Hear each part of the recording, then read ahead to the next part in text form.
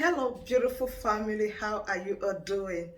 Thank you so dearly for always supporting me in this particular channel. I really do appreciate.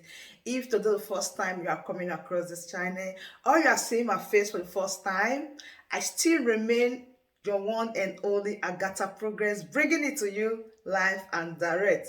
Remember, in this channel, we react to all videos and your opinion is highly needed. So just sit back and enjoy this video, and I will be right back.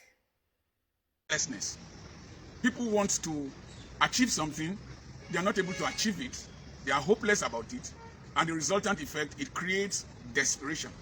Before somebody can be desperate, usually they are passionate about what they desire, very passionate. The passion might not necessarily be out of the desire to do good. It might just be as a result of self-aggrandizement. I've looked at why is it that Nigerians are a desperate people. I was watching vehicles leaving Ukraine towards the Polish border or towards the Romanian border. Even at times of war, they were driving in a straight line. Nobody left the line. This was an issue of life and death, but they were still driving in a straight line. There was no rush.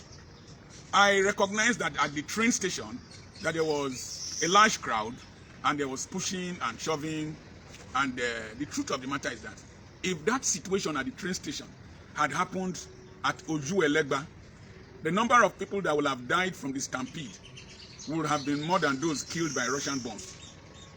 If it had happened at Ariaria Market or at Onitsha, that there was the need to escape and the train was there and that crowd was there, the number of people that would have died would have been much more. If it had happened at a full roundabout at Warri, the number of deaths would have been more. There was no stampede. So, why is it that we are so desperate in this country?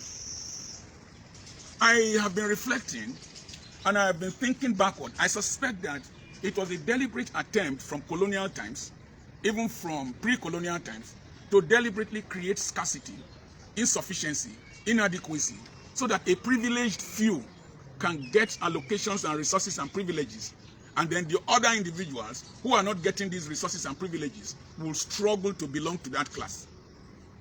And it went from the colonial period, came to post-independence, and then we Africans, Nigerians, who took over governance, amplified it. You find out that in Nigeria, you deliberately underplan. They deliberately underestimate the population of people who would demand a thing. They deliberately hoard things. They deliberately weaponize poverty. They deliberately weaponize lack. Look at the palliatives that people started looting.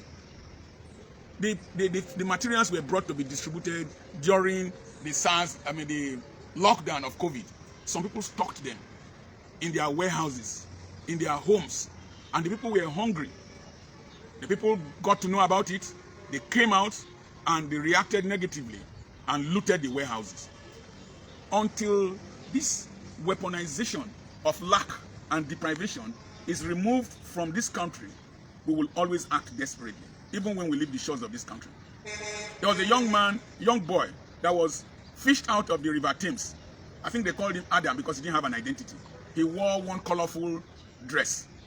Recently, they've been investigating him for years. From his DNA, they were able to trace him to a state in South. And the investigation continued.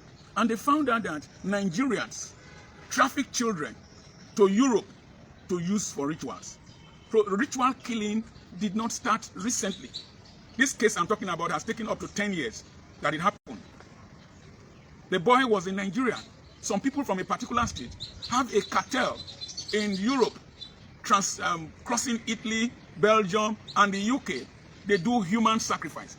You are living in Europe. Why are you doing human sacrifice? You are desperate to get rich. And when desperation comes, recklessness comes, deviancy comes, and destruction comes, violence comes, you want to bend the rules, you want to break the rules. And so, the problem in Nigeria about desperation is a thing that we need to handle firmly. If not, you can't fight corruption. If a civil servant knows that if he finishes his tenure in office and retires, that his pension scheme is there, they will pay him, and that he has a place where he will be adequately taken care of, like as they do for them in Europe and whatever, wherever. As far as Australia, you will find out that bribery will not be his immediate concern. Stealing government money will not be his immediate concern. So desperation. Why is it that our young men are into internet fraud? Mothers are selling land to buy laptop and expensive phones for their children to go into HK. Desperation. Desperation to belong to a particular class. Desperation to drive a car. Desperation to build a house. Desperation to be recognized when you enter a place. Desperation is the opposite of contentment. You see, when a cow or an animal, a herbivore, eats enough, he lies down. He makes me to lie down beside the green pastures.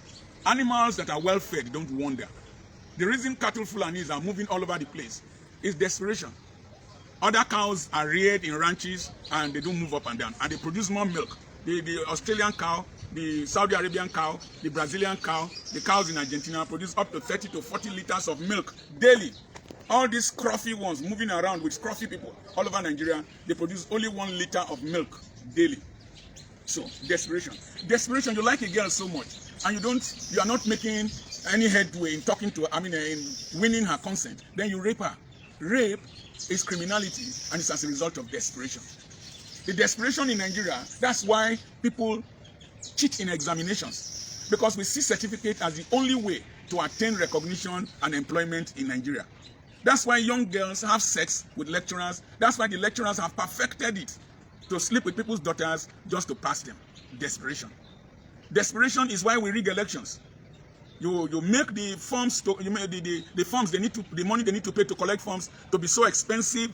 You make elections to be so expensive, make the office so lucrative that people are so desperate to win the elections. As a result, they must rig, they must kill.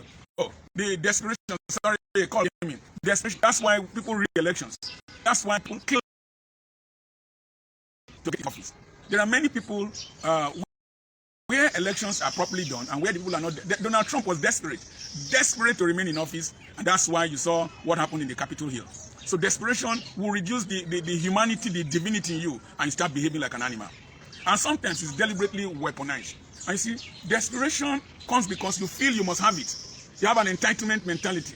You feel you must belong to that class. You feel you must have what your mates are having. Listen, the truth of the matter is that anything that they tell you congratulations for, if they tell you congratulations, it's a burden. If they tell you congratulations, it's a responsibility. If they tell you congratulations, it will take efforts to maintain that congratulations. I'll give you an example. I prayed several years. I admired this car from afar. I prayed for 5 years about.